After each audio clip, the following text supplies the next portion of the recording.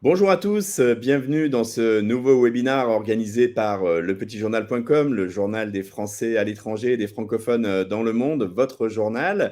On est ravis de vous retrouver aujourd'hui. Vous êtes très nombreux pour venir assister à ce webinaire sur la thématique de la nue propriété, plus que jamais un investissement idéal pour les expats. Avec nous aujourd'hui deux experts, Nadir Benabed, directeur associé de Catella Patrimoine, et Baptiste Aurine, directeur commercial de la même société, Catella Patrimoine, le spécialiste des solutions d'investissement en nue propriété.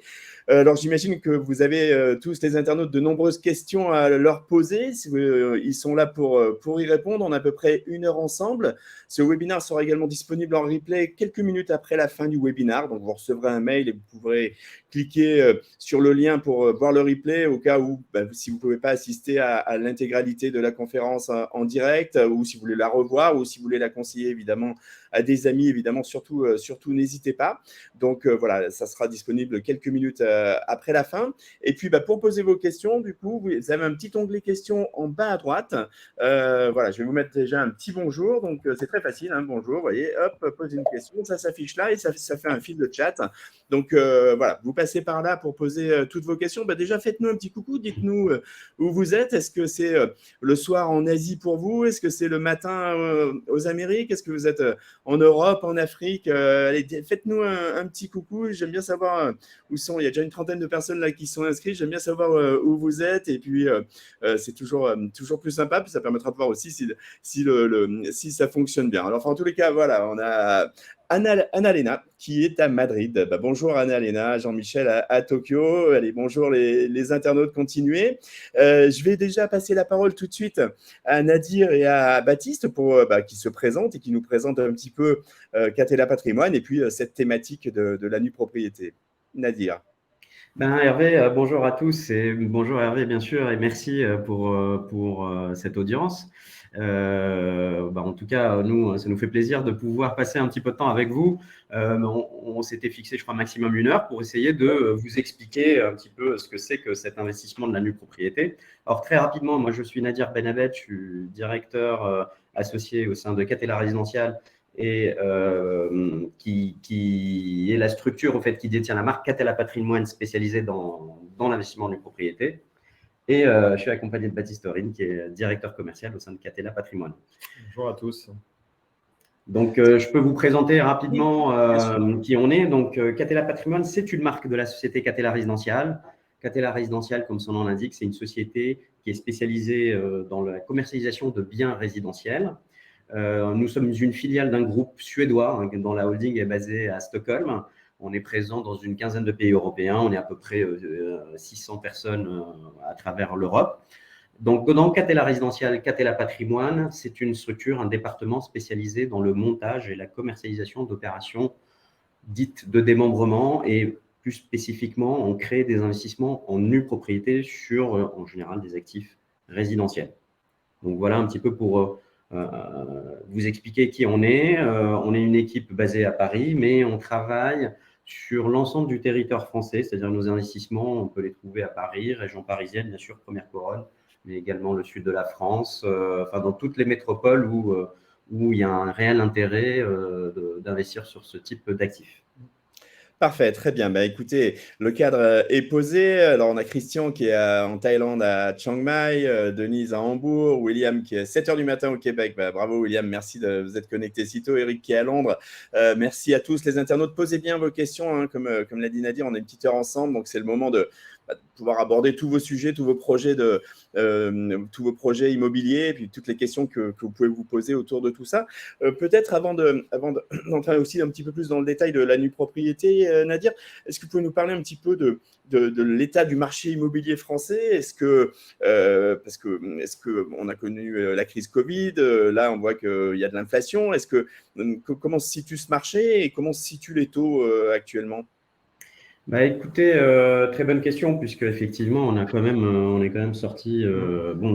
Sorti. On ne sait pas si on est sorti d'ailleurs, mais en tout cas, on a traversé la crise du Covid. On était entré en 2020, on s'en souvient, puisque nous, on venait à peine de lancer les toutes premières opérations. Alors, ce que je n'ai pas indiqué, c'est que Catella Patrimoine, c'est une structure qu'on a lancée il y a 3 ans.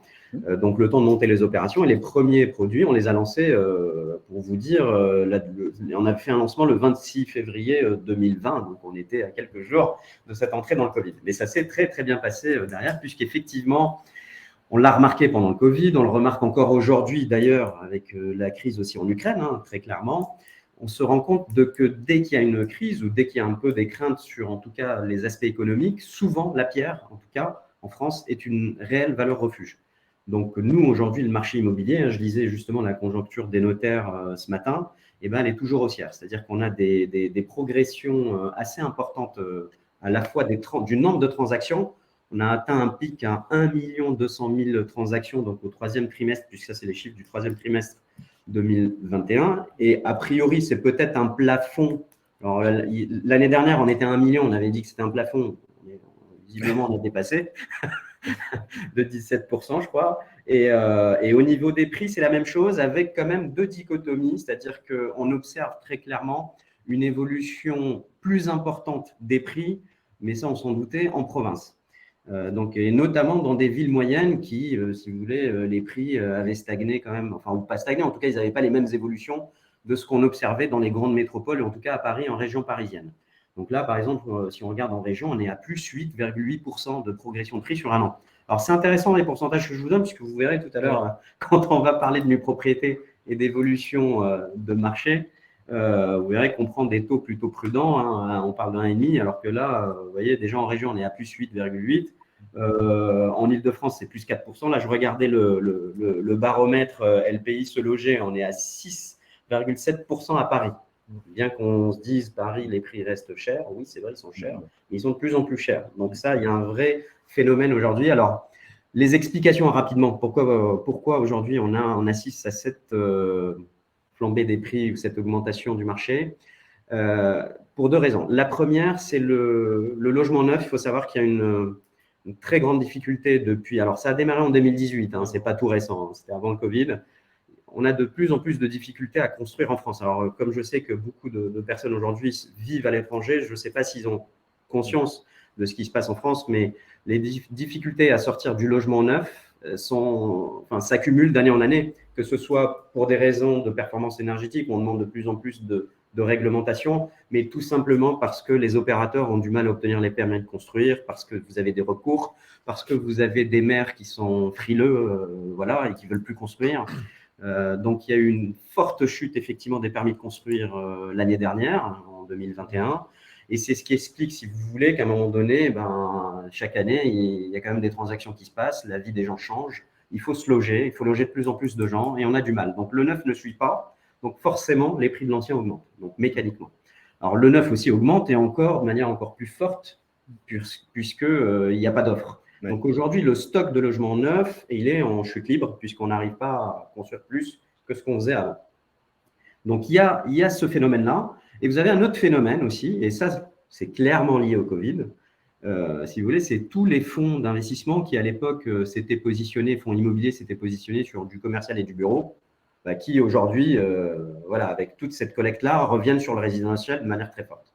Donc c'est quand même des curseurs aujourd'hui qui sont quand même rassurants sur l'investissement immobilier résidentiel en France. D'accord. Un phénomène structurant avec le cumul des deux phénomènes que vient d'évoquer Nadir qui de manière pérenne renforce l'augmentation régulière et certaine des prix, encore plus accrue en région.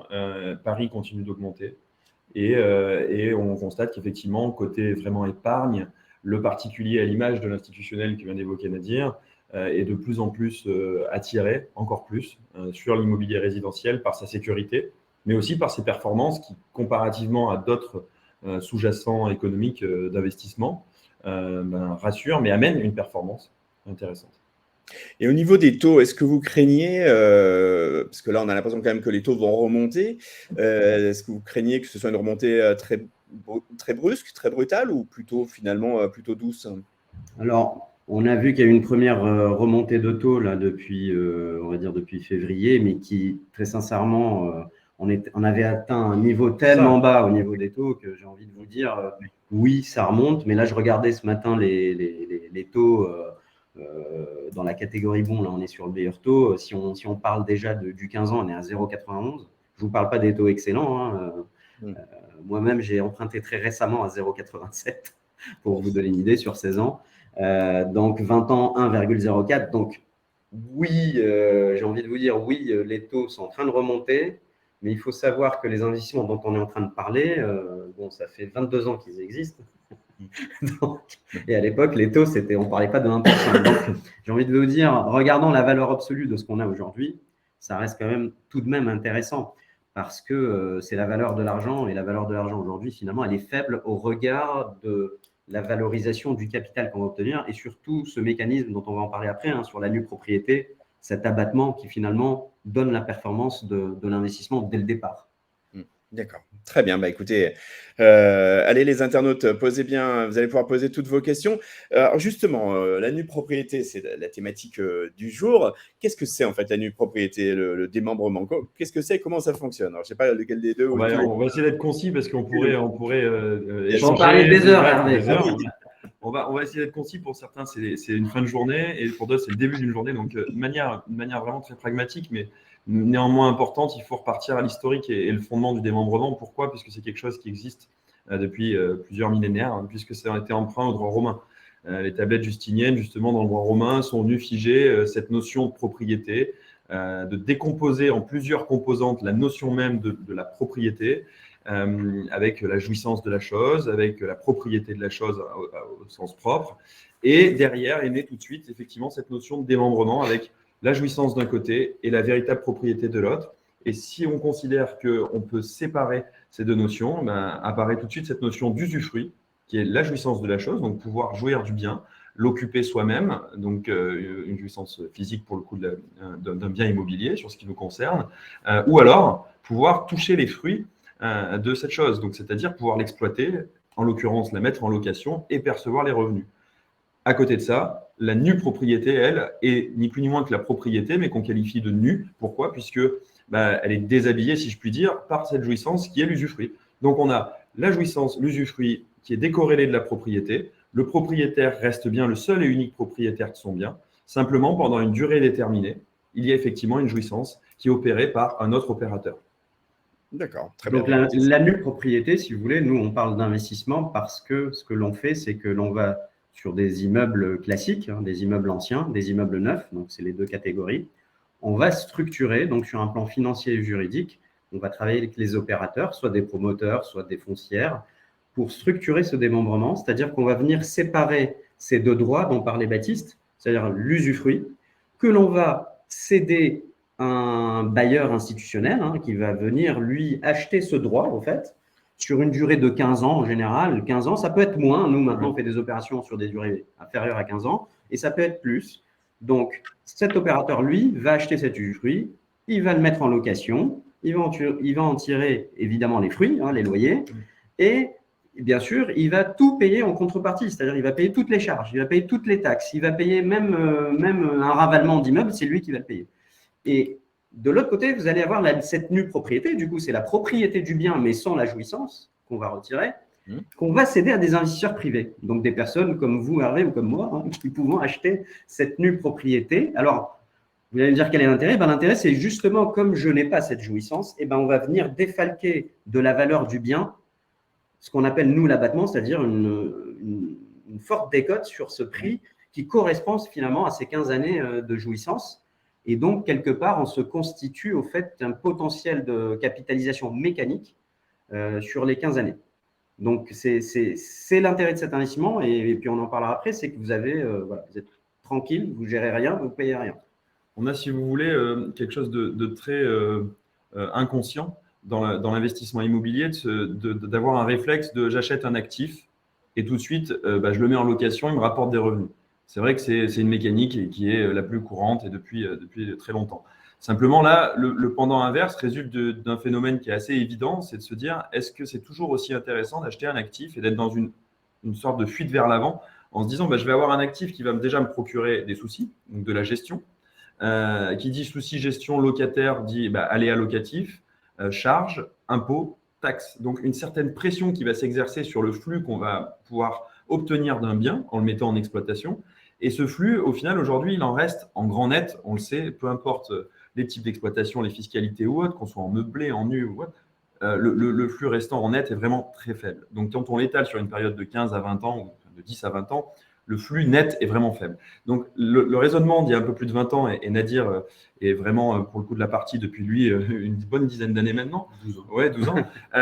C'est de se dire, ce schéma d'investissement en nue propriété emprunte, on l'a évoqué, un fondement juridique, codifié depuis, parce que j'ai parlé du droit romain, mais bon, on ne s'appuie pas sur le droit romain. Depuis, ça a été codifié donc, dans le Code civil en 1810. Depuis, on est sur des textes d'ordre public qui sont venus cristalliser en fait cette mécanique. Et donc, au lieu d'être dans cette fuite vers l'avant, on va renverser l'investissement et on va capitaliser, avoir une détention sans gestion, sans contrainte, mais du coup sans fiscalité.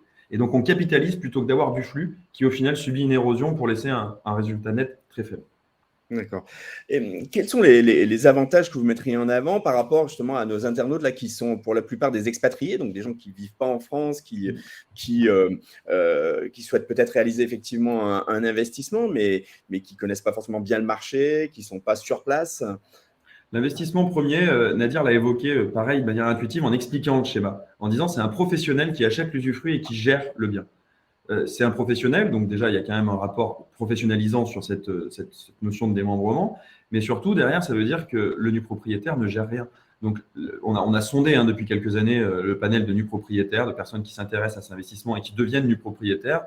L'avantage premier qui en ressort, c'est l'absence de gestion, la tranquillité, la sérénité de détention d'un actif immobilier. Ce qui est tout l'inverse des habitudes qu'on peut avoir dans l'immobilier, où on sait que l'immobilier, c'est des contraintes, ça peut être des aléas. Là, on inverse. Donc, premier avantage qui ressort majoritairement, c'est l'absence de gestion, l'absence d'aléas. Ensuite, intervient effectivement une certaine notion de capitalisation qui est effectivement assez sécuritaire et sécurisante. En préambule, vous avez évoqué avec Nadir sur un échange les valeurs aujourd'hui, pourquoi l'immobilier continue de monter de manière structurante, Oui. pourquoi c'est toujours aussi intéressant, voire encore plus intéressant d'investir en immobilier. Ce qu'il en ressort, c'est que c'est encore plus intéressant d'investir en nue propriété en cherchant une certaine performance qui est une performance mécanique. Donc ça, c'est le deuxième intérêt assez fort, c'est un intérêt capitalistique de dire j'investis sur un actif, j'achète moins cher, je rentre sur un marché que je choisis, sur un emplacement moins cher et je capitalise. Et après, à cela s'ajoutent aussi certains avantages fiscaux qui ne sont pas, si vous voulez, des avantages artificiels créés pour renforcer l'intérêt d'un schéma, comme on peut le connaître sur quelques schémas d'investissement qui existent aujourd'hui en France, type Malraux, MH, déficit foncier, Pinel ou que sais-je. Là, on est sur des avantages et des effets de levier fiscaux, mais qui résultent du montage en tant que tel. C'est-à-dire que un nu propriétaire ne sera pas redevable de l'impôt sur la fortune immobilière. Pourquoi? Parce que c'est l'usufruitier qui est redevable. Mais ça, c'est dans le droit commun. Voilà, c'est le droit commun. C'est pas une fiscalité créée pour le schéma. Voilà. Donc c'est un volet fiscal qui est un peu la cerise sur le gâteau, mais qui a quand même son intérêt. Et notamment sur la plus-value aussi. Je termine juste le propos là-dessus sur les intérêts majeurs. C'est que vous avez cette notion de performance mécanique. Nadir a évoqué effectivement tout à l'heure, il y a un marché qui est ici, c'est la valeur pleine propriété. Et nous, on propose, via un calcul économique, de venir réduire le prix d'acquisition et de capitaliser. La capitalisation qu'on va pouvoir constituer, si on revend le bien à terme, on n'est pas confisqué sur cette plus-value avec un impôt de plus-value sur cette prise de valeur. C'est vrai que l'énorme avantage, je pense, pour des gens qui sont expatriés, c'est surtout cette tranquillité, puisque on n'est pas en risque vis-à-vis de locataires, on n'est pas en risque sur les loyers, puisqu'on ne les touche pas, et surtout, on n'a rien à gérer, on ne débourse rien. S'il y a un problème, une fuite, un ravalement, des travaux, c'est l'usufruitier qui paye. Donc ça, c'est quand même important et c'est sur de longues durées. Donc, on n'a pas ces tracas de gestion. On a une fiscalité totalement neutre. Ça veut dire qu'on ne génère pas d'impôts avec cet investissement-là. Pas de CSG, pas de taxes foncières, absolument rien. Et donc, c'est cette tranquillité. Et on repousse, si vous voulez, à 15 ans, l'idée de se dire, voilà, je vais récupérer un capital qui s'est revalorisé avec le temps et je vais récupérer surtout le fameux abattement dont j'ai bénéficié à mon acquisition, je vais le récupérer à la fin. Et ensuite, soit je vends, soit je décide de revenir en France, je l'habite, soit je le mets en location à ce moment-là, où mes enfants vont y aller. Enfin, ça me fait un pied à terre. Si vous voulez, les idées de sortie, elles sont nombreuses. Par contre, la sortie est effectivement sécurisée et c'est intéressant aussi. Un des avantages qui en ressort, c'est des investisseurs qui nous disent « ça m'intéresse d'acheter aujourd'hui un actif et de savoir qu'au terme du démembrement, l'usufruitier a d'ores et déjà pris des engagements très fort sur la sortie. Il a des engagements effectivement légaux et contractuels envers du propriétaire pour remettre en état et restituer, lui rendre les clés en quelque sorte après travaux. Et les règles du jeu sont inscrites dans les textes de loi, parce que c'est l'intérêt de ces schémas, c'est qu'aussi ils sont bien cadrés dans la loi. Et du coup, la durée est fixée dès l'origine, en fait. On a une date anniversaire et il n'y a pas d'aléa. Voilà, on sait Oui. à quel jour on achète notre nue propriété, à quel jour l'usufruit s'éteint et du coup, on devient plein propriétaire.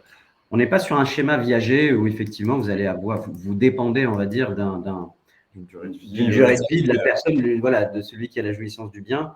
Là, ce n'est pas le cas. Il n'y a pas le côté morbide, il n'y a pas d'aléa sur cette durée. La date est fixée dès le départ.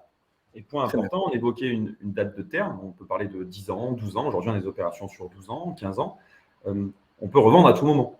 Il y a une véritable liquidité, c'est-à-dire qu'on n'achète pas un investissement en se disant pendant 15 ans, je suis nu propriétaire et après, je serai plein propriétaire. On peut revendre au bout de 2 ans, 3 ans, 8 ans, pour peu importe l'événement. Soit on va arbitrer une position, par exemple à l'image d'un portefeuille de valeurs mobilières, on pourrait dire j'ai une nue propriété, je suis sur un marché qui a bien progressé, je reprends mon cash parce que j'estime que j'ai un taux de rendement sur mon investissement qui est bon. La majeure partie des situations dans lesquelles il y a une revente, ce sont des accidents de la vie, c'est quand même des divorces et des successions, mais malgré tout, on peut revendre à tout moment sans avoir besoin d'autorisation, l'usufruitier ou quoi aux caisses. Très bien, donc ça reste un placement très liquide en fait. Liquide, exactement. Exactement. Ok. Allez les internautes, posez vos questions. On a encore une quarantaine de minutes ensemble. Moi, j'avais une question, messieurs. Je voulais savoir justement quelle était la rentabilité moyenne d'un investissement en nue propriété. Alors, j'imagine que c'est peut-être différent aussi selon les projets, mais si vous pouvez nous donner quelques chiffres, c'est forcément très intéressant. Sur la rentabilité moyenne, pour vous donner un exemple, quand on va avoir des opérations où on va faire un démembrement sur une durée de 15 ans, par exemple, on peut avoir des abattements. Alors là, sur Paris, on va dire qu'on a 30% d'abattement, pour donner un exemple, 30% d'abattement sur une durée de 15 ans. Donc ça va représenter une capitalisation de 2,8% par an. À cela, nous, on imagine, quand on fait nos simulations, on imagine une progression du marché immobilier de 1,5. Donc, vous allez arriver, j'ai envie de vous dire, à une capitalisation sans rien faire, naturelle par le temps, sans risque, sans fiscalité, allez, de 4,5. Et ça, c'est en prenant, comme je vous l'ai indiqué tout à l'heure, une hypothèse de revalorisation de 1,5. Et quand on voit les chiffres de la réalité du marché, encore une fois, les performances passées ne préjugent pas des performances futures. C'est pour ça que nous, on est toujours sur ce trend plutôt prudent de 1,5. La réalité, on la connaît, elle est tout autre. C'est-à-dire que quand on fait ça, on sait qu'en gros, un investisseur qui va investir 100, il va récupérer à peu près le double de sa somme au bout de 15 ans. Ça nous paraît être un minimum. La réalité, puisqu'on l'a observé sur des schémas qui sont déjà un peu débouclés, qui sont en cours de débouclage, on est déjà sur des x3, parfois x3,5 jusqu'à 4. Donc, ça va dépendre, j'ai envie de dire, sur quel marché on y va. Forcément, si on va à Paris, on est quand même sur des valeurs assez hautes, des abattements qui sont un petit peu plus faibles, parce qu'on a des rentabilités locatives quasi nulles en région, à Paris en tout cas. Par contre, quand on va être dans une ville de région, là, le ticket d'entrée, il est différent, forcément. Et on a des abattements plus importants. Donc là, le potentiel de plus-value, il est beaucoup plus fort.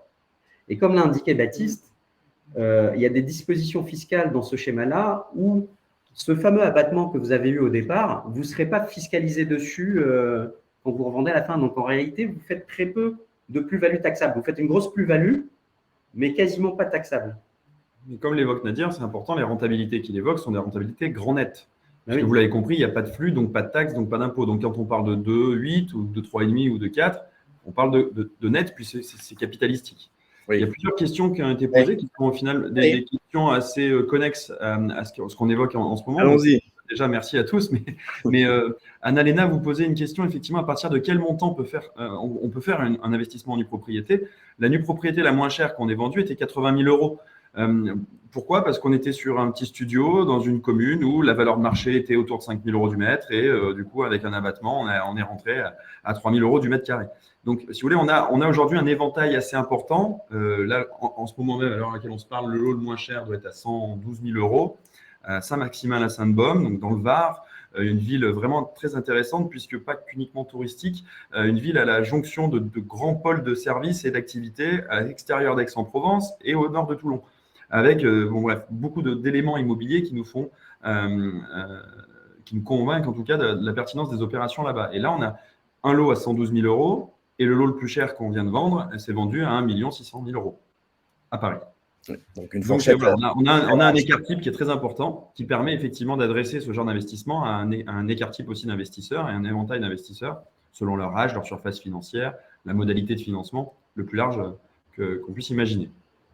Allez, on a une question de Claude qui demande: y a-t-il une limite d'âge pour investir en nue propriété? Et en fait, la question, j'imagine, c'est aussi de se financer. Est-ce que c'est facile de se financer quand on veut acheter en nue propriété? Ou est-ce que c'est pas plus facile ou moins facile? On a alors deux sujets. C'est que certains investisseurs le voient comme une façon de placer aussi des fonds propres. Donc, on a pas mal d'investisseurs en cash, en fonds propres. Mais on a effectivement aussi des investisseurs qui lèvent de la dette. C'est facile de le faire. Tout dépend après du profil de l'acquéreur. Peut-être qu'à 85 ans, c'est plus compliqué de se financer, mais comme dans tout investissement immobilier. Et après, les seuls blocages qu'il pourrait y avoir, ou du moins les nuances par rapport à un résident, puisque là, je sais qu'on s'adresse à une quasi-totalité de non-résidents, ça va être l'équilibre économique du levier. Souvent, on vous demande un tout petit peu plus d'apport et de fonds propres quand vous êtes non-résident que quand on est résident français. Mais on a des solutions là-dessus et on a des partenaires courtiers et banquiers qui savent financer les non-résidents. Il y a une question de Marjorie. Quid d'investissement résidence étudiant ou EHPAD? Alors, la nue propriété, on peut l'appliquer sur des résidences étudiants. D'ailleurs, on l'a déjà fait et on a peut-être une opération là qu'on devrait monter sur la ville de Rennes en nue propriété. Donc ça, c'est très intéressant. Rennes, c'est une ville extrêmement dynamique où les prix aussi ont beaucoup progressé sur ces dernières années. Le centre-ville est très dynamique et on a une petite opération assez sympathique sur laquelle on est en train de travailler, pour vous donner un exemple. L'usufruit est-il constant? Alors, j'imagine que Denise, vous voulez dire, est-ce que l'usufruit est le même sur toutes les opérations? C'est peut-être comme ça que je le comprends. Est-ce que c'est une question sur la durée? La durée, en tout cas, elle est fixe, elle est évidemment constante et on la connaît depuis le départ. Allez, on a une question, Anna-Léna encore qui pose une question qui demande: y a-t-il des opérations où deux ou plusieurs, est-ce qu'on peut être plusieurs investisseurs sur un seul bien en nue propriété? Là, c'est se mettre en indivision sur le bien. Hein. Effectivement, si on investit à plusieurs, ça veut dire qu'on est en indivision, ou alors ça dépend après des tickets d'investissement de chacun. On peut acheter chacun un bien. Hein. Nous, on l'a vu dans certaines familles où pour les enfants, il y a eu des donations qui ont été faites et on a acheté, il y avait deux, je crois que c'était deux sœurs, elles avaient acheté chacune un appartement l'un au-dessus de l'autre. Donc, ça a été investi directement parce qu'il y a un vrai intérêt à acheter la nue propriété et à la donner aux enfants, puisque là aussi, il y a des avantages fiscaux parce que les bases de calcul ne sont pas les mêmes que celles d'un bien en pleine propriété. D'accord ? Donc, on a un avantage. La valeur fiscale est inférieure à la valeur économique. C'est ça qui est intéressant en nue propriété, ce qui ne l'est pas en pleine propriété. Et surtout, quand on a donné, comme vous l'avez compris, une valeur qui est inférieure, puisqu'on donne une nue propriété, et mécaniquement, à terme, la personne récupère la pleine propriété sans fiscalité, sans rien débourser de manière automatique. Mais cette question, effectivement, est certainement, pour le coup, sous-jacente à la première sur le ticket d'entrée. Effectivement, on peut imaginer deux investisseurs sur un lot à 100 000 investir en indivision à hauteur de 50 000 chacun. C'est des choses qui existent, puisqu'un couple qui achèterait un actif, pour le coup, sans communauté ou autre, serait en indivision. Donc, c'est effectivement tout à fait possible. Ouais. Alors, François demande: quel est plus ou moins l'apport personnel minimum pour un professionnel libéral non résident européen? Alors, je dirais même en général, faut un apport, j'imagine. On peut pas. Alors, pas forcément. Effectivement, des résidents français sont pas. Certains se financent sans aucun apport, arrivent à financer l'intégralité de l'opération. Sur des non-résidents, en pratique, parce qu'il n'y a pas de règles, comme vous vous en doutez, il n'y a pas de règles préétablies, mais en pratique, on constate qu'effectivement, il faut quand même un apport autour de 20-25% minimum, parfois plus selon les profils, mais un professionnel libéral, quand on est non-résident, n'est pas forcément plus compliqué à financer qu'un salarié. C'est vraiment, chaque dossier a vraiment son histoire, si je puis dire, mais voilà, on n'a pas aujourd'hui de difficulté à trouver des solutions. Ça a été un sujet, ce sont des grandes questions permanentes qui reviennent, mais on a su anticiper ça et avoir à nos côtés effectivement des partenaires financiers. Donc oui, ayez à l'esprit que pour financer un bien, par exemple, autour de 200 000 euros, il faudrait quand même avoir un petit apport de 30-35 000 euros. Alors, Eric demande, c'est quelque chose que vous avez déjà dit, je pense, mais qui mérite d'être clarifié. Y a-t-il un revenu sur la nue propriété qui permet de rembourser l'emprunt, ou est-ce seulement le revenu, finalement, c'est la seule appréciation du capital qui sera la rémunération? Je pose sa question. Au fait, oui, exactement. C'est-à-dire que la nue propriété, encore une fois, on n'a pas de flux, hein, c'est-à-dire qu'on ne touche pas de loyer, donc il n'y a pas de flux. Mais donc, il faut avoir une capacité d'épargne. Donc, soit effectivement, c'est via un crédit, on va rembourser des mensualités si on est sur un crédit amortissable. Si c'est un in fine, on va rembourser des intérêts. Donc, c'est vraiment notre capacité à épargner. Au fait, il faut plus le comparer. Il ne faut pas le comparer à un produit locatif, parce que si vous le comparez à un produit locatif, vous allez avoir, comme on l'a dit tout à l'heure, vous avez tous les risques qui vont avec. Mais surtout, aujourd'hui, si vous faites le bilan locatif d'une opération, vu les rentabilités locatives qui sont très faibles, et sur une durée de 15 ans, encore une fois, il ne faut pas le regarder au mois par mois. Hein. Souvent, on fait le calcul de la renta en disant c'est tant de loyer sur le prix. C'est pas ça. Sur 15 ans, vous allez devoir refaire des coups de peinture, vous allez à la rotation du locataire, vous avez de la vacance, etc., etc. Quand vous faites votre bilan sur 15 ans, c'est pas du tout la même chose. Vous avez vraiment, on va dire, un flux locatif ou un flux net de fiscalité en plus qui va être très faible, qui, du coup, en réalité, vous met toujours en cash flow négatif. Donc, si ce cash flow négatif, plutôt que de le gérer avec les tracas qui vont avec, vous le transformez en crédit, eh ben, vous achetez une nue propriété, la tranquillité qui va avec. Donc, en fait, c'est aujourd'hui, en France, c'est très compliqué de mettre, ou alors il faut mettre beaucoup de fonds propres. Vous mettez beaucoup de fonds propres, peu de crédit, et là, vous allez avoir peut-être quelque chose qui se matche entre le loyer que vous encaissez et les remboursements que vous faites. Mais en réalité, si vous voulez mettre peu de fonds propres, ou en tout cas 100% financé en crédit, vous n'êtes pas en cash flow positif en réalité, vu la baisse, si vous voulez, l'augmentation à la fois des prix et la baisse des rendements locatifs. Bien sûr. Allez, les internautes, on est à peu près à la moitié de ce webinaire avec Nadir Benabed, directeur associé de Catella Patrimoine, et Baptiste Taurine, directeur commercial de la même société. Donc, posez bien toutes vos questions autour de cette thématique de la nue propriété, de cet investissement dans l'immobilier idéal pour les expatriés. Je vous rappelle que le webinaire sera disponible en replay si vous avez raté le début, par exemple, ou si vous ne pourrez pas assister à la fin. Ça sera 5 minutes à peu près après la fin du webinaire. Donc, voilà, pas de souci, ne vous inquiétez pas, vous recevrez un mail avec le lien et vous ne raterez rien. Allez, je vous encourage toujours évidemment à effectivement vos questions. Merci Hervé. Effectivement, on a beaucoup de questions. Donc déjà, merci à tous. C'est quand même beaucoup plus vivant et on se rend compte que les questions sont très pertinentes en plus. Et Denise, vous avez précisé, alors merci beaucoup, que la question que vous posiez concernait la durée. Donc les usufruits sont variants selon les opérations. Nadir réussit à monter des opérations sur 8, 10, 12, 15 ans, 20 ans, 18 ans, selon la localité, la rentabilité, l'actif, l'ADN du projet. Donc, on arrive aujourd'hui à vous adresser une offre vraiment pour le coup alternative selon les besoins du nu propriétaire. Certains nus propriétaires voient ça comme un pur outil retraite en se disant écoutez, moi je rentre en France dans 10, 15 ans ou dans 5 ans, je vais avoir besoin de revenus complémentaires ou de retraite. Ça peut être à ce moment-là un moyen malin d'investir en se disant j'achète aujourd'hui avec cette tranquillité de gestion qu'on vient d'évoquer, j'ai pas de gestion, pas de revenus, pas de fiscalité en France, enfin tout ce qui me va bien en tant que non-résident. En revanche, dans 5, 8 ou 10 ans, j'ai besoin de ces revenus. Donc, à ce moment-là, on essaie de monter des opérations. Alors, on ne va pas monter une opération sur mesure à chaque fois, mais d'avoir, si vous voulez, sous forme de tiroir, un petit peu des opérations qui permettent de répondre à toutes ces demandes-là.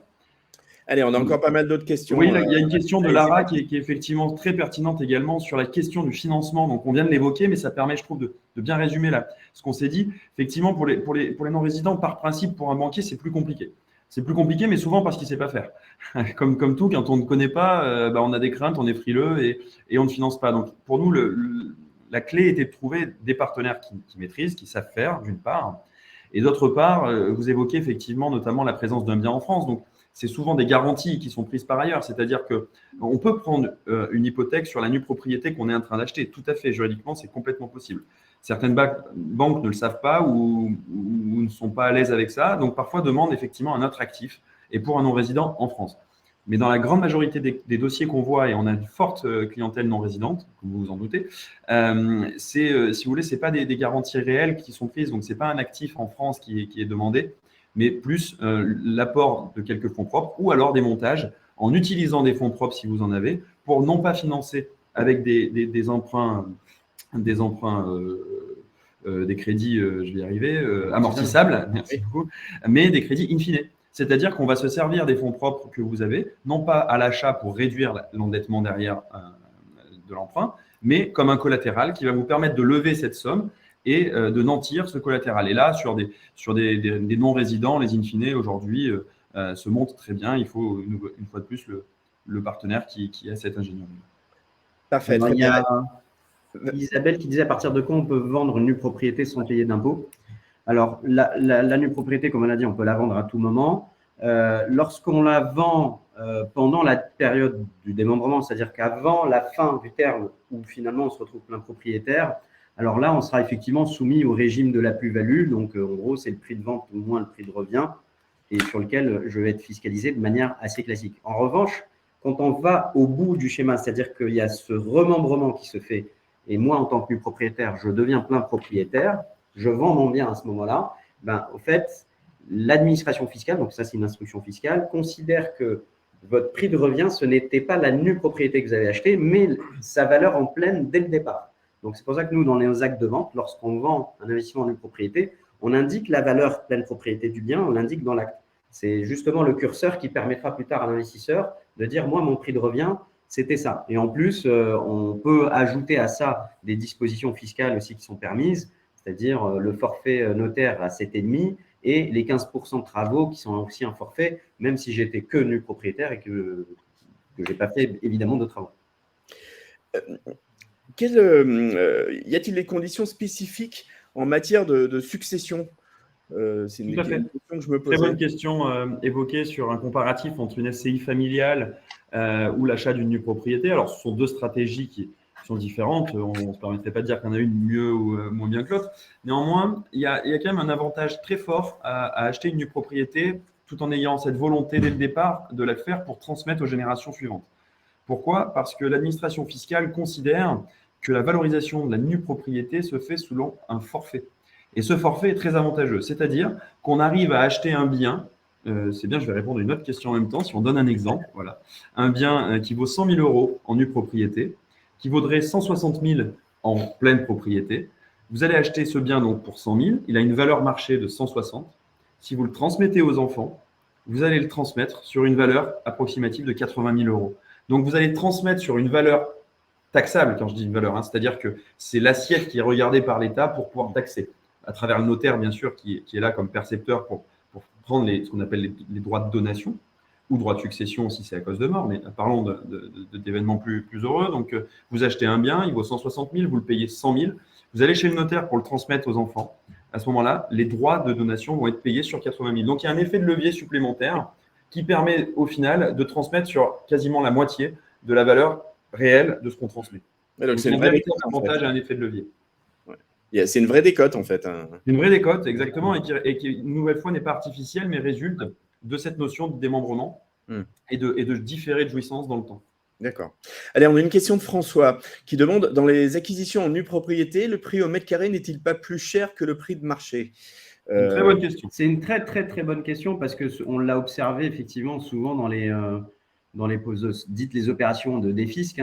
C'est souvent ce qui a pu se passer, c'est-à-dire que à une époque, on vendait la fiscalité. Au fait, la fiscalité dont on bénéficiait, on la mettait dans le prix quasiment, donc on la payait en plus. Alors là, c'est vraiment pas le cas puisque déjà, comme l'indiquait Baptiste, on est hors schéma fiscal. On n'est pas du tout dans une niche fiscale, c'est-à-dire une loi de défisc qui pousse à ça. En fait, on est plutôt dans une mécanique.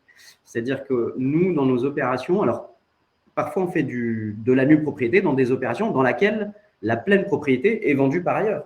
Donc, par exemple, là, on a fait une opération dans le 19e arrondissement de Paris avec un promoteur. On avait des logements qui étaient vendus en bureau de vente, classiquement, où voilà, vous avez des conseillers de vente classiques. Et nous, on est venu faire une poche de 20 logements dans cette opération. Donc, je crois que les logements, le prix moyen de vente dans cette opération n'était pas très élevé pour ce qu'on voit aujourd'hui à Paris dans le neuf. Il était à 10 700 € du mètre moyen. Et nous, on avait un abattement de 30% là-dessus. Donc, ce que je veux vous dire, c'est que le prix en pleine propriété, il est facilement vérifiable. Donc, en réalité, le prix en nue propriété ne va pas vous dire grand-chose, parce que si je vous parle de 7 000 euros, 8 000 euros, ça ne va pas vous dire grand-chose. Ce qui va vous parler, c'est la référence pleine propriété. Ça, vous avez des comparables, vous pouvez comparer. Et surtout, l'abattement. Donc, en réalité, ce que vous achetez, c'est une valeur future pleine propriété et la décote qui est appliquée sur cette valeur.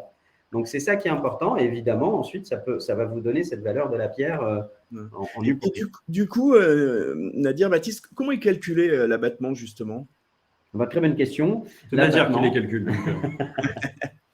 Alors, j'ai envie de vous dire aujourd'hui, alors l'abattement, évidemment, on le challenge de manière économique, c'est-à-dire que c'est assez simple, on l'a expliqué tout à l'heure que l'investisseur nu propriétaire, il était privé des revenus locatifs. Donc, au fait, c'est assez simple, comment on va calculer cet abattement? On va prendre les revenus locatifs de marché qu'on aurait perçus, net de charges, donc on applique un taux de charge moyen à 23%. On indexe les loyers de 1,5 par an.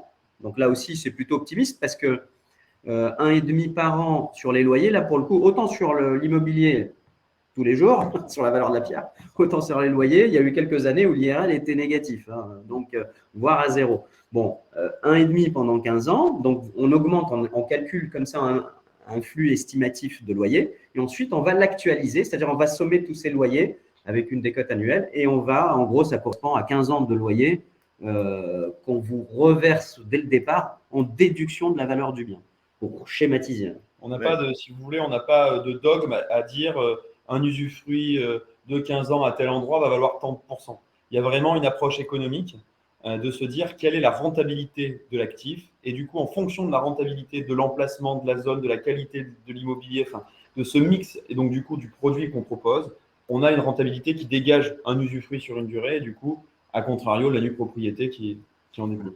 Il y a une question intéressante aussi de Marjorie pour bien que tout le monde ait bien la mécanique globale à l'esprit, effectivement de savoir comment on perçoit les revenus après le démembrement.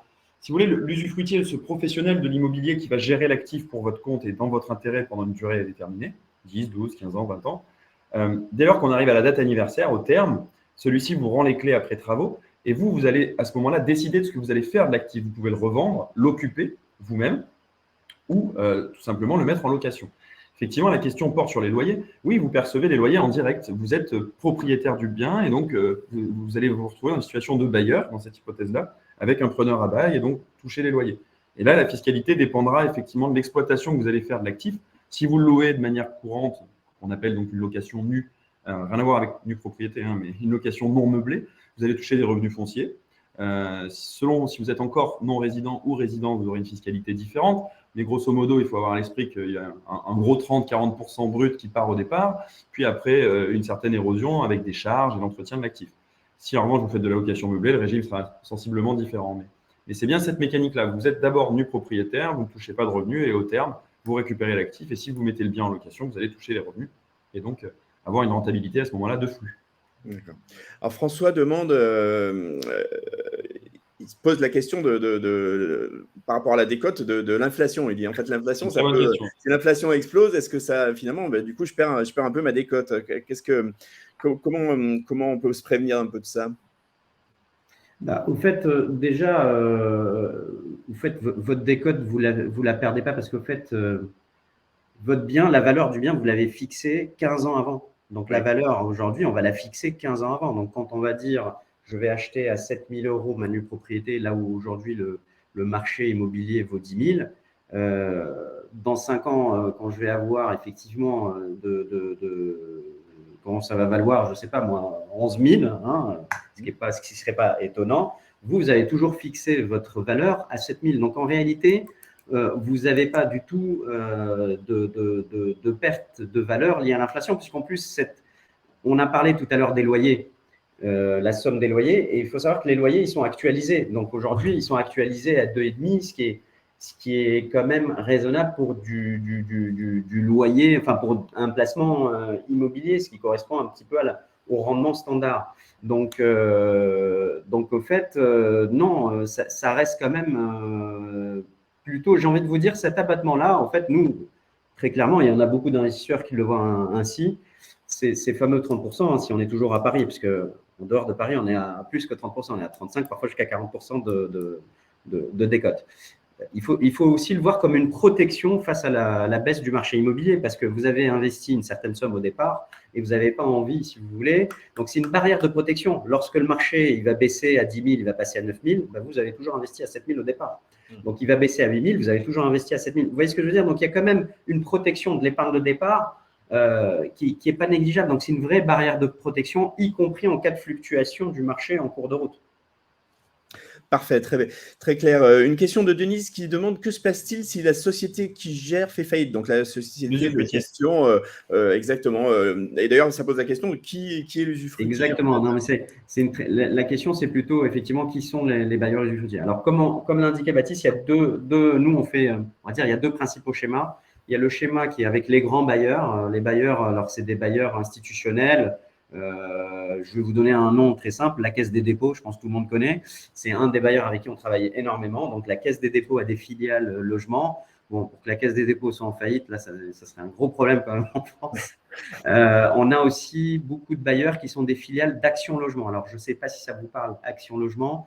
C'est ce qu'on appelait avant le 1% patronal. Donc, si vous voulez, c'est tout ce qu'il y a, la fameuse ligne qu'il y a dans notre fiche de paye à tous quand on gagne de l'argent en France, qui est reversée dans cette caisse. Et cette caisse a beaucoup d'argent, donc c'est quasi étatique. Et donc, c'est souvent des bailleurs, j'ai envie de dire, quasiment parapublics. Donc, c'est des bailleurs soit sociaux, intermédiaires, enfin, ils ont plusieurs noms. Et en gros, ce sont des bailleurs qui vont loger les travailleurs, en fait, les gens qui travaillent, qui ont besoin de se loger, à des loyers d'ailleurs abordables. Donc, on est soit sur des loyers dits PLS, je ne sais pas si ça vous parle, mais c'est des loyers qui sont quand même très abordables sur le marché. Donc, on ne l'a peut-être pas assez dit, on ne l'a pas dit du tout même depuis le début de ce webinaire. Quand vous faites un investissement en nue propriété avec des bailleurs usufruitiers de cette catégorie-là, de manière complètement indolore, vous faites un placement socialement responsable parce qu'en réalité, vous participez à la création d'un logement qui va être loué finalement de manière abordable à Paris intramuros, à Bordeaux, à Lyon, en plein centre, là où les gens vont payer, je ne sais pas, 1 000 € de loyer. Le locataire en place, il va payer peut-être 700. Vous voyez, donc au fait, on crée à travers ce mécanisme du loyer abordable dans les opérations. Donc, il y a quand même un rôle aussi sociétal de ces schémas. Après, il y a les schémas qui sont à moins de 15 ans, qui sont en général avec des usufruitiers, alors soit des foncières, soit des sociétés privées, au fait. Donc là, c'est plus, effectivement, on regarde la solidité. Mais un point très important, si jamais l'usufruitier fait défaut, bon, vous avez compris, ce ne sera jamais le cas avec les bailleurs institutionnels. Mais en admettant que il y a un défaut, il faut savoir que là, c'est presque magique pour le nu propriétaire, puisqu'il y a une extinction immédiate de l'usufruit et le nu propriétaire se retrouve plein propriétaire immédiatement, sans fiscalité, sans rien. Donc, du coup, ça ne serait pas une mauvaise nouvelle. Ça serait très bien. Ça serait plutôt, alors, j'ai envie de dire, ça serait plutôt une bonne nouvelle parce que là, on retrouve le mécanisme du viager. Donc, mais c'est pas, évidemment, c'est pas ce qu'on souhaite.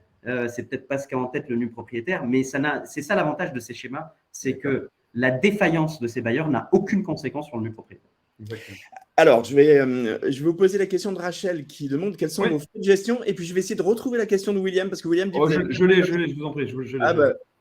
Pour Rachel, effectivement, merci pour votre question. Elle est tout à fait légitime.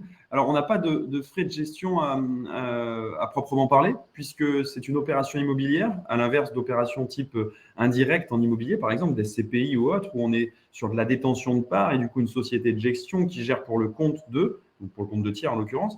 Nous, si vous voulez, on est opérateur immobilier, on structure une opération. Et on commercialise, donc on n'est évidemment pas philanthrope, vous l'avez compris, on vous rassure là-dessus. On touche effectivement des honoraires de la part du vendeur dès le départ et à la vente de l'opération. D'accord, donc c'est le vendeur en fait qui… C'est le vendeur qui nous rémunère, exactement. D'accord, qui rémunère. La question de William, je vous remercie, effectivement, vous faites bien de nous relancer. Donc, je n'ai pas pris le temps en 48 heures de vous répondre, je vous prie de m'en excuser. J'allais le faire, bien sûr, alors autant le faire maintenant. William nous a posé une question relative à une détention immobilière, mais sous un usufruit viager. Nadir l'a évoqué en amont de l'échange et du webinaire. L'usufruit viager, par définition, donc, est lié à la durée de vie de l'usufruitier. Nous, dans nos schémas, l'usufruitier est une personne morale, une société, que ce soit privée ou institutionnelle. L'usufruit a une durée fixe. Parce qu'on ne pourrait pas avoir une durée de vie liée à la durée de vie de la société. Là, en l'occurrence, sur un usufruit viager, vous pouvez tout à fait revendre, effectivement. Il faut simplement trouver un acquéreur qui a, lui, une volonté d'acheter un bien sous l'usufruit d'une personne en place. Donc, c'est un schéma, si vous voulez, assez comparable, mais en même temps très différent par rapport, nous, au schéma qu'on met en place et qu'on propose. Néanmoins, c'est intéressant et je vais vous revenir par ailleurs suite au mail que vous avez fait. On a un email Oui, et on a prévu de vous répondre de manière précise. Ok, William, sachez qu'en tout cas, qu'on peut regarder évidemment ce sujet pour votre compte. On peut avoir des idées là-dessus. Voilà, si ça vous intéresse, effectivement, on peut avoir des idées. Allez, on aborde les 10-15 dernières minutes de ce webinaire. Donc, posez bien vos toutes dernières questions. Moi, j'avais une question peut-être liée au… voilà, on est à l'étranger, on voudrait investir en nue propriété, travailler avec vous. Est-ce qu'il y a des démarches administratives, juridiques, notariales à réaliser qui sont spécifiques? Quel est votre accompagnement? Alors, l'accompagnement, il est total puisque le but, c'est vraiment de structurer les opérations. Ça, vous l'aurez compris du coup, l'ingénierie et le savoir-faire de Nadir et toute son équipe. De notre côté, sur la partie nue propriétaire, donc une fois qu'un investisseur se déclare à nous en nous disant voilà, je suis intéressé pour creuser un peu plus ensemble et comprendre le type d'opération que vous avez à me proposer, notre relation débute là et va jusqu'après à l'accompagnement du nu propriétaire. Une fois qu'il a trouvé son actif, s'il a un besoin de financement, on peut lui adresser effectivement des partenaires qui structurent le financement avec l'acquéreur. Le notaire, votre question est très bonne, effectivement, on est sur un achat immobilier, donc il y a un passage chez notaire. Aujourd'hui, c'est triste à dire, mais malheureusement, le Covid a quand même des bienfaits. On peut tout faire en visio et à distance. Oui. On a une procédure 100% dématérialisée, c'est-à-dire que depuis notre existence et depuis 2018 qu'on a mis en place effectivement cette marque Catella Patrimoine, on a fait le choix du numérique. Là aussi, le Covid nous a montré qu'on avait peut-être eu un petit peu de flair parce qu'aujourd'hui, dès le choix de l'investissement et du bien jusqu'au passage chez notaire, tout est dématérialisable. En fait, on peut tout faire à distance. Effectivement, vous pouvez réserver directement de façon digitale. On peut signer les actes maintenant de façon digitale. Promesse de vente, acte de vente, procuration. En tout cas, l'accompagnement, effectivement, il est total. À partir du moment où vous manifestez votre intérêt de vouloir investir, on vous accompagne déjà sur le choix peut-être des lots, en fonction de votre budget, en fonction des localisations. Si vous avez plus envie d'aller sur le neuf, l'ancien, enfin. Donc, en tout cas, on vous accompagne de manière globale et à chaque pas de votre investissement. Et on le fait avec tous nos clients et on a à peu près 25% à 30% de nos ventes qui sont faites auprès de personnes expatriées. Donc, c'est quand même assez important. Alors, si je comprends bien, parce que justement, nos internautes, pour la plupart, sont des non-résidents, hein, des gens qui sont à l'étranger, ça veut dire qu'ils n'ont pas du tout besoin de se déplacer, de venir. Non. Après, s'ils le souhaitent, ça reste de l'immobilier. Donc, souvent, beaucoup de nos investisseurs envoient quelqu'un avec lequel ils sont en lien en France, par exemple. Ça m'est arrivé de rencontrer effectivement soit des non-résidents qui passent en France après l'acquisition pour aller voir leur actif. Donc, là aussi, on saura être disponible. Mais si vous voulez, on a quand même un investissement qui est aujourd'hui complètement sécurisable à distance. Et voilà, l'accompagnement se fait très bien à distance, sans difficulté. Alors, est-ce qu'il y a des zones, des villes à privilégier que vous recommandez plus particulièrement, ou est-ce que ça dépend plutôt également des acheteurs, de leurs souhaits? Il n'y a pas, si vous voulez, il n'y a pas de zone proscrite où on dit on ne veut pas faire de nue propriété. Ça, c'est vraiment quelque chose qui est important chez Catella. On a cette conviction de se dire que l'investissement peut avoir du sens un petit peu partout sur le territoire en France. Après, il faut quand même à chaque fois qu'on valide des incontournables de l'investissement immobilier au sens global, pas que de la nue propriété, de se dire quand on fait de l'immobilier, alors ça paraît redondant et vieux jeu, mais c'est réel. Il y a quand même un dicton qui existe et qui perdure, c'est la théorie de l'emplacement. Les 3 critères, c'est emplacement, emplacement, emplacement. On en revient quand même toujours assez basique avec un emplacement qui répond à des besoins structurels, avec des services, avec des écoles, des hôpitaux. Vous voyez, on reste vraiment sur ces filtres-là en amont, ce qui nous permet d'aller effectivement sur tout le territoire, mais avec à chaque fois ce souci d'être au bon emplacement. L'écart type qu'on évoquait tout à l'heure sur les tickets d'achat, les tickets d'investissement, se retrouvent sur le territoire, puisqu'on a des opérations dans le 16e arrondissement à Paris et on a des opérations au Sable d'Olonne, on a des opérations à Rennes, on a déjà évoqué Lyon, Rennes, vous voyez, c'est les grandes métropoles. Des communes en périphérie aussi, ça peut être intéressant, c'est-à-dire qu'on peut avoir des investisseurs qui vont trouver pertinent d'investir en nue propriété pour aller chercher une véritable performance de marché. je vais investir à tel endroit parce que je suis convaincu pour X, Y et Z raisons que dans 5, 10, 15 ans, ce marché va être forcément haussier. Ça, ce sont des choses où on a vu dans le passé, effectivement, beaucoup d'investisseurs qui ont acheté à Levallois-Perret. Levallois-Perret, aujourd'hui, c'est un arrondissement parisien. On est clairement sur des prix parisiens, élevés d'ailleurs. Et alors qu'il y a 20 ans, c'était un pari, sans mauvais jeu de mots, d'investir à Levallois-Perret. Vous avez plein de communes comme ça autour de Paris. Vous avez Nanterre, vous avez Villejuif, vous avez Saint-Ouen, par exemple.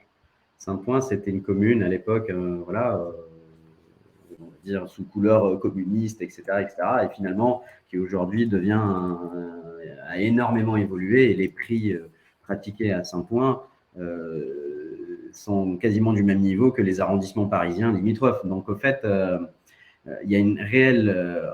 on voit bien que tous les arrondissements, en tout cas la première couronne, devient Paris, quoi, hein, ça devient des arrondissements Paris. Baptiste l'a dit, encore une fois, peut-être que nos compatriotes qui nous écoutent vont sauter au plafond, mais il faut savoir qu'aujourd'hui, vous prenez une ville comme ici, Limoilino, Boulogne, Levallois, les prix moyens sont à 12 000 € du mètre. Aujourd'hui, ça se vend à ce prix-là. Donc, c'était inimaginable il y a 2 ans, 3 ans. Enfin, vous voyez ce que je veux dire? C'est-à-dire que c'est fini, c'est Paris. Et il y a un autre phénomène en région parisienne, j'insiste, c'est que, et dont on ne connaît pas encore les conséquences, mais a priori, on ne peut pas imaginer qu'elles ne soient pas positives pour ces communes-là, c'est ce qu'on appelle le Grand Paris et le fameux Grand Paris Express. C'est quand même le plus gros chantier d'Europe aujourd'hui. Donc, on va avoir une espèce de TGV, RER, TGV qui va tourner autour de Paris et qui va relier des communes à d'autres de manière extrêmement rapide. C'est des rames qui vont embarquer 1000 passagers. Et aujourd'hui, on voit bien que les prix autour des gares dites du Grand Paris sont en train de flamber. Alors, ils flambent, mais on est sur des prix à 4 500, 5 000. Donc, on sait que, donc finalement, on pourrait imaginer qu'on est au plafond. Pas du tout. On sait très bien vers quoi ça va évoluer si on voit ce qui s'est passé dans les autres communes ou qui ont notamment reçu le métro à l'époque. Voilà. Très bien, allez, on arrive on arrive au terme de ce webinaire. Les internautes, je vous rassure, évidemment, vous aurez on vous communiquera les coordonnées, les contacts de Nadir, de Baptiste, de Catella Patrimoine, bien entendu. Il y aura un article dans le petitjournal.com dans les prochains jours. Une fois de plus, il y a le replay dans quelques instants. Donc, si vous n'avez pas tout vu, si vous avez raté ou si vous voulez revoir, bien entendu. Je vais vous donner la parole pour un mot de la fin. Peut-être Alors, je voulais juste partager, hop, voilà cette slide. Parfait, ben voilà. Super, merci Nadir. Hop, il y a le QR code aussi si vous voulez les internautes. Juste peut-être un mot de la fin. Isabelle demande aussi si vous travaillez à Arcachon.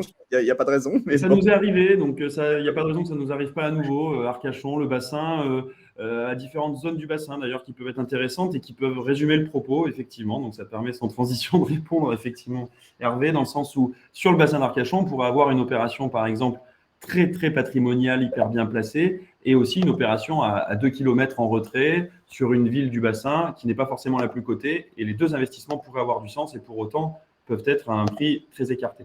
Donc, l'investissement du propriété, vous l'avez compris, l'avantage majeur, c'est quand même un produit structuré au départ sur des règles d'immobilier et des règles juridiques ancrées dans le périmètre, si je puis dire, légal français, avec une tranquillité de gestion, un outil qui permet de capitaliser sans gestion, sans flux, sans fiscalité.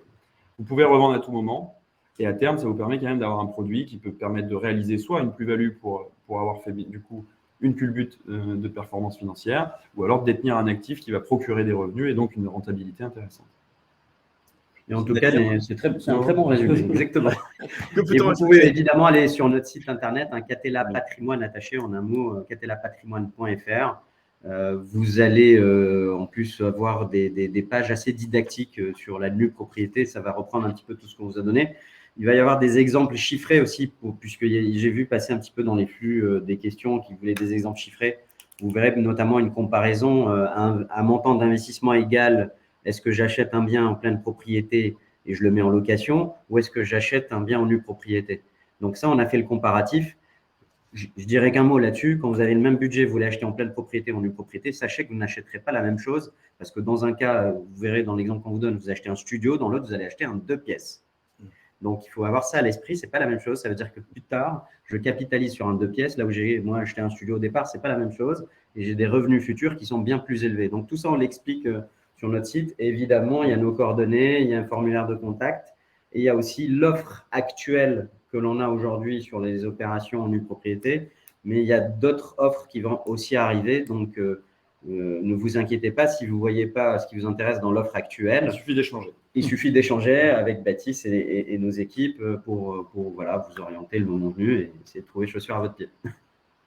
Eh bien, écoutez, merci beaucoup Nadir Benabed, directeur associé de Catella Patrimoine, Baptiste Aurine, directeur commercial de Catella Patrimoine. C'était un webinaire super intéressant sur ce sujet de la nue propriété. Merci à tous les internautes pour avoir assisté et partagé cette heure avec nous. Je pense que vous avez dû trouver, vous aussi, que c'était très intéressant. On vous donne rendez-vous très bientôt pour d'autres webinaires sur d'autres sujets et sur lepetitjournal.com, évidemment, dans les prochains jours. Merci à tous. À bientôt. Au revoir. Merci beaucoup. Merci Hervé. Merci à vous tous. Au revoir.